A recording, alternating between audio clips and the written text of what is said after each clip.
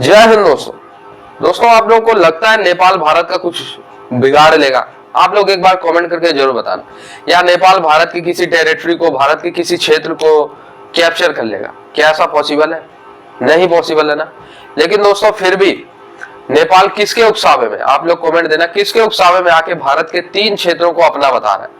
भारत के उत्तराखंड के 3 क्षेत्र हैं, इनका नाम है काला पानी, लिपुआधूरा और लिपुलेख। इनको अपना बता रहा है, और सिर्फ अपना ही नहीं बता रहा, अपने मैप में शामिल भी कर लिया है। और इन्होंने 100 रुपए का एक नोट लॉन्च किया, उसपे भी इन 3 क्षेत्रों को अपना दर्शा भी दिया है। हालांकि भारत के जो विदेश मंत्री हमारे एस जयशंकर साहब, उन्होंने कहा इससे यथास्थिति नहीं बदलने वाली है। इट मीन्स कि ये क्षेत्र भारत के थे, हैं और हमेशा रहेंगे।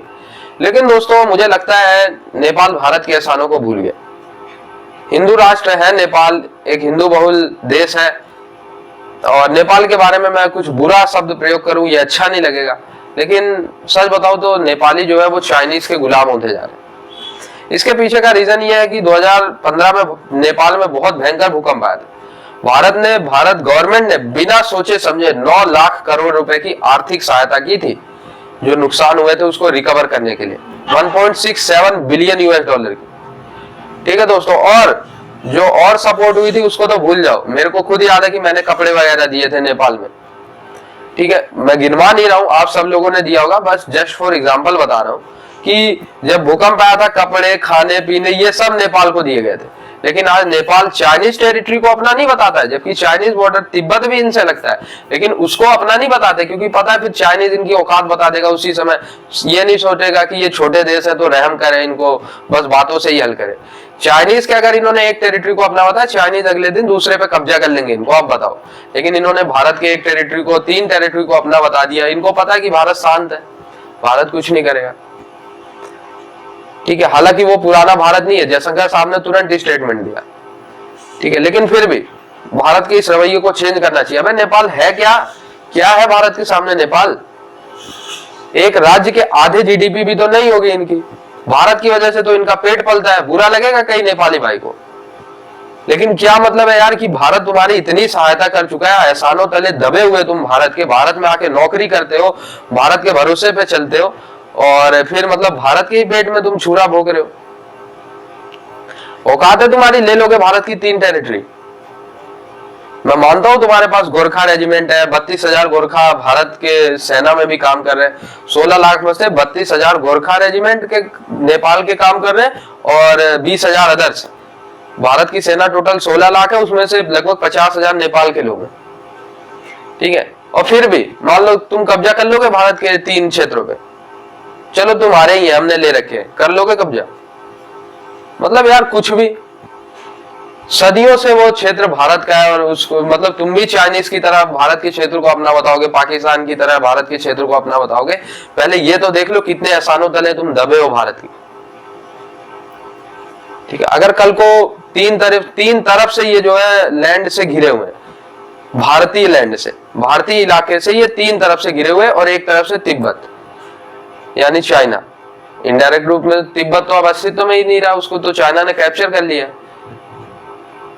और कई सालों तक 1950 से लेके कई सालों तक भारतीय सेना ने नेपाली टेरिटरी की रक्षा की है, और आज नेपाल वाले भारत के क्षेत्र को ही अपना बता रहे, और ना सिर्फ भारत के क्षेत्रों को अपना बता रहे हैं, और भी भारत सरकार से विवाद करते हैं और भारत की बातों को नहीं मानते। जैसे कि भारत ने कहा भाई आप चाइनीज इन्वेस्टमेंट मत लो, हम इन्वेस्ट कर रहे हैं। इन्होंने फिर भी बेल्ट एंड रोड इनिशिएटिव का हिस्सा बने, जो कि भारत को घेरने की एक साजिश है चीन की तरफ से। दोस्तों कहीं ना कहीं इसमें भारत की गवर्नमेंट जो है ना, उनकी भी गलती है। जब से भारत आजाद हुआ 1947 से, तब से जो भारत के लीडर्स हैं, उन्होंने भारत की छवि एक बहुत ढीले ढाले राष्ट्र के रूप में बना रखी, कि छोटे छोटे देश भी भारत को मुंह उठा के कुछ भी बोल रहे हैं, फिर भी भारत कुछ नहीं करेगा। ठीक है, हम करोड़ों रुपए देते रहे, मदद करते रहे, लेकिन कोई बात नहीं, मत दो, मत चुकाओ, हम माफ कर देंगे, और मदद करने हम सबसे पहले पहुंच जाएंगे। इट मीन्स कि भारत की इमेज एक सॉफ्ट बना दी गई। ठीक है, नेपाल देखो हमारे 3 क्षेत्रों को कैसे मुंह उठा के अपना बता रहा है। इनकी औकात है कि ये चाइनीज क्षेत्रों को अपना बता दे, इनकी औकात है कि ये बांग्लादेश के क्षेत्रों को अपना बता दे। लेकिन भारत, क्योंकि पता है भारत इनको प्यार से रखता है, इसलिए कुछ भी। इसी तरीके से बांग्लादेश, फिर मालदीव, श्रीलंका, कौन नहीं भारत को आके दिखा रहा है। जबकि अगर आप बजट उठा के देखें ना भारत का, पता नहीं चलता, सालाना 12,000 करोड़ नेपाल को जाता है फ्री में। ठीक है कि ये गरीब देश है यार, हमारे भाई हैं, चलो मदद कर दो, लेकिन फिर ये ऐसी हरकतें करते। चाइना, आप लोग को पता है, अगर किसी देश को 100 करोड़ रुपए देता है ना, तो अगले साल 120 करोड़ रुपए वापस चाहिए। अगर नहीं दिया ना तुमने, तो तुम्हारी टेरिटरी पे कब्जा होगा, 99 सालों के लिए लीज पे ले लेंगे। फिर जैसे श्रीलंका का हम्बन टोटा ले लिया, मालदीव के 36 पोर्ट खरीद लिए हमेशा के लिए। 199 साल यार, 199 साल बहुत होते हैं। ठीक है, तो समहाउ अब भारत को भी ये भाईचारा छोड़ के इनके साथ ऐसा ही सलूक करना चाहिए। ठीक है, हम 100 रुपए दे रहे हैं, तो हम वो ये नहीं दे रहे कि तुम हमेशा के लिए रख लो भाई, उसे वापस भी करना है, और 100 नहीं 120 वापस करना है। जब तक भारत ये नीति नहीं अपनाएगा ना, और जब तक प्यार मोहब्बत वाली नीति अपनाएगा, तब तक ये नेपाल जैसे छोटे छोटे देश, छोटा है इसलिए बोल रहा हूँ क्योंकि ये मतलब इनकी क्षेत्रफल की दृष्टि से तो छोटे हैं, लेकिन वैसे भी ये छोटे हैं कि यार जिस देश ने इतनी सहायता की उसके क्षेत्र को ही अपना बता रहे। शर्म करो एक बार।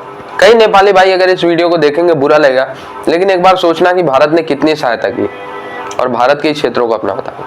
जुड़े रहे ऐसे वीडियोस के लिए, तब तक के लिए धन्यवाद। जय हिंद।